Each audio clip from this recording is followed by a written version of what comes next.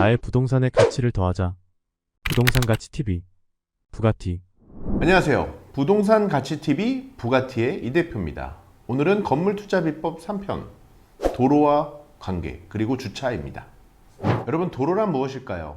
건축법 2조 11항에 따르면 도로란 보행과 자동차 통행이 가능한 너비 4m 이상의 도로, 다음 어느 하나에 속하는 도로나 그 예정 도로를 말한다 라고 얘기하고 있습니다. 사실 4m 안 되는 도로도 많이 있는데요. 저희가 이 4m라는 것을 꼭 지금 말씀드리는 이유는 건축이 가능한 도로를 말하기 때문입니다. 국토계획법이나 도로법, 그리고 사도는 저희가 개인적인 사인이라고 그러죠. 공과 사할 때 그 사자, 그러니까 사적인 도로라고 그래서요. 개인적으로들 그 주변 인접지에 관련된 사람들끼리 서로 같이 공유하고 있는 도로 같은 것을 말합니다. 즉, 사도로 인정된 도로도 도로로 본다라고 보시면 되고요. 이게 왜 중요하냐 하면 사실 너무 처음에 어려운 얘기부터 말씀드리는 것 같지만, 도로가 접해져 있지 않은 토지는 저희가 맹지라고 해서 맹지는 건축이 불가능합니다. 그 이유는 무엇이냐면요.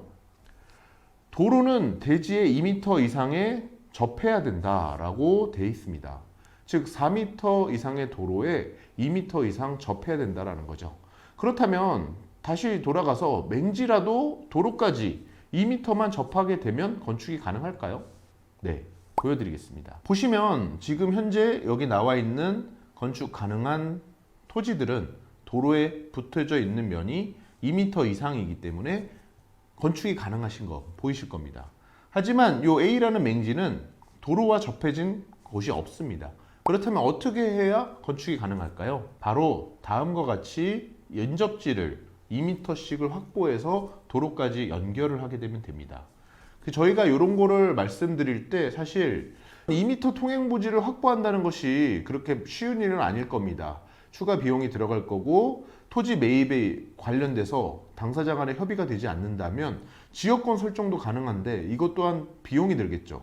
하지만 내가 가지고 있는 이만큼의 땅에 건축이 가능하게 만들기 위해서 필요한 행위다 보니까 이렇게 맹지를 투자하시게 되거나 혹은 2m 도로가 확보되지 않은 부지를 가진 사람은 어쩔 수 없이 부지 쪽, 도로 쪽으로 나와 있는 부지에게 분리할 수밖에 없는 거겠죠.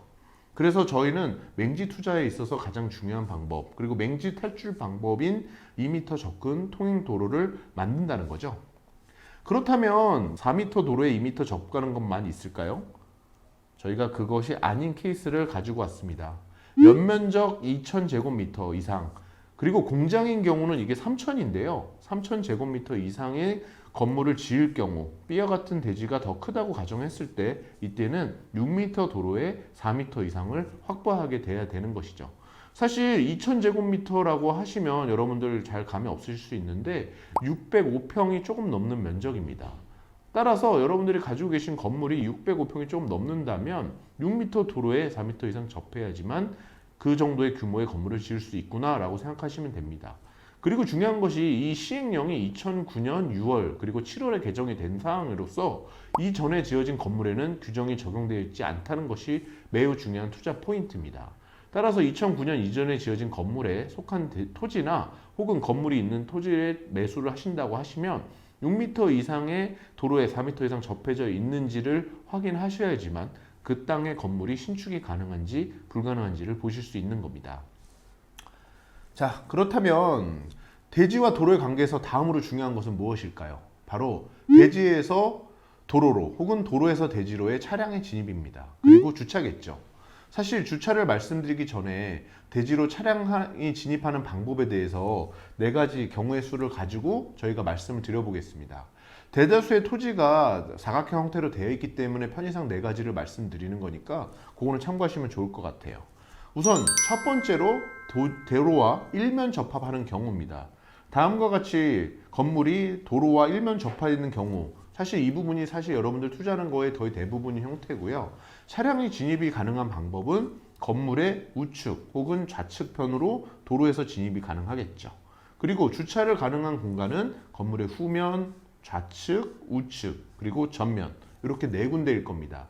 주차 대수가 적은 경우에는 사실 좌측이나 우측을 많이 이용하시고요. 주차 대수가 많이 필요한 경우는 후면으로까지 연결을 하셔야 됩니다. 그렇다면 이와 같은 형태의 건물에서 인접지의 형태가 어떻게 따르냐에 따라서 주차를 어느 쪽으로 유리하게 하느냐, 그것도 계산될 수 있겠죠. 그리고 여러분들이 여기서 가장 많이 생각하는 것, 건물 앞에 주차를 두는 경우, 저는 사실 이 부분은 땅이 아주 협소한 경우를 제외하고는 건물 앞에 주차를 두는 경우는 추천드리고 싶지 않습니다. 건물의 가장 큰 모양은 도로에서 혹은 진입로에서 출입구가 잘 보이는 형태고요. 그 앞에 차가 있는 형태로서는 사실상 건물의 가치에 있어서 많은 부분 마이너스 하시는 부분이 있다는 거 참고해서 투자하셨으면 좋겠습니다. 그렇다면 두 번째입니다. 도로와 이면이 접한 대지고요. 사실 이 대지가 사실 되게 투자에 있어 매우 유의해야 되고 좋은 대지임에 맞는데요. 경우에 따라서 조금 불리한 경우가 있어서 가져왔습니다. 저희가 보통 이렇게 도로에 두 가지 접하는 경우에는 서로 도로 간의 너비가 다른 경우가 있습니다. 그리고 이런 경우에는 보다 좁은 도로에서 주차장으로 진입하는 것이 주차 영향 평가, 즉 교통 영향 평가에 훨씬 측면에서 유리한 점이 있다는 거 꼭 참고하시면 좋겠고요. 두 번째로 이 도로 두 개가 만나는 곳에 있어서는 이 연결점이 있습니다. 교차로라고 얘기하는데요. 도로 교차로에서는 주차장으로 연결 금지 구간이 있어서 이 구간에서는 차량 진입이 불가능합니다. 따라서 이 코너에 너무나도 작게 돼 있는 토지를 투자하시면 교차로 연결 금지 구간에 들어가 버리면 차량 진입이 안 되는 그런 토지를 매입하실 수도 있으니까 유의하시면 좋겠습니다. 그리고 요 교차로 연결 금지 구간은 도로에 설계되어 있는 차량의 속도 그리고 경사도 지역 등에 따라서 길이가 정해져 있으니까 그건 참고하시면 좋겠고요. 가장 좋은 형태는 주차는 좁은 도로 쪽에서 들어가서 옆면이나 혹은 뒷면으로 이렇게 주차를 하는 형태가 가장 이상적입니다. 그리고 건물은 가능하면 도로에 맞닿은 부분에는 이렇게 코너까지 두 면을 건물이 해서 상징적인 모양을 가지고 있는 것이 이렇게 이면 접한 토지의 가장 좋은 설계 방법이겠죠. 다음으로는 3면이 접한 토지인 경우입니다. 사실 일반인들은 이 경우에 토지를 매입하시는 경우가 많지 않고요. 이렇게 된 경우는 사실 건물이 큰 규모, 부지가 큰 규모가 아니면 별로 좋은 토지가 아니기 때문에 투자에 매우 유의하셔야 됩니다. 3면이 접한 경우의 특징을 말씀드리면요.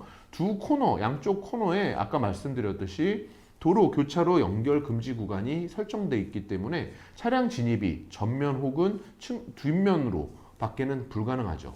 근데 이 좋은 땅에서 전면으로 주차 진입을 하는 경우는 사실상 거의 없습니다.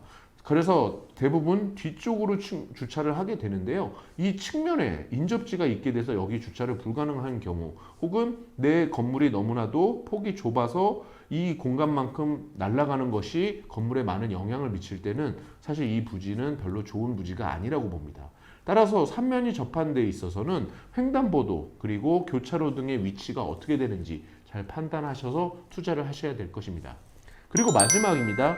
4면이 접한 대규모의 토지가 아니면 사실 4면이 접한 토지는 여러분들 만나기 되게 힘드신데 서울이나 혹은 수원 이런 구도심에는 사실 이렇게 옛날에 좀 아주 웃기게 설계된 제가 본 거는 한 40평 정도 되는 땅인데도 4면이 접한 경우를 본 적이 있어요.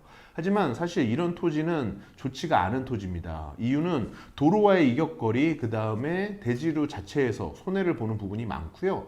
사면이 전체가 다 차로 둘러싸여 있다고 생각해 보세요. 40평 되는 도지에 어떤 건물을 지을 수 있을까요?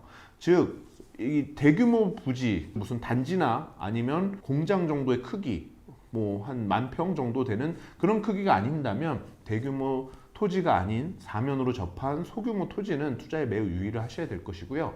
가급적이면 꼭 전문가의 검토를 통해서 투자하실 것을 추천드리겠습니다. 그렇다면 주차에 대해서 말씀을 드려야 될 텐데요. 가장 궁금해 하시는 사항이고 사실 주차에서 가장 중요한 건 뭘까요? 어떻게 보면 시설 면적당 주차 대수 그리고 주차 단위 구역의 크기입니다.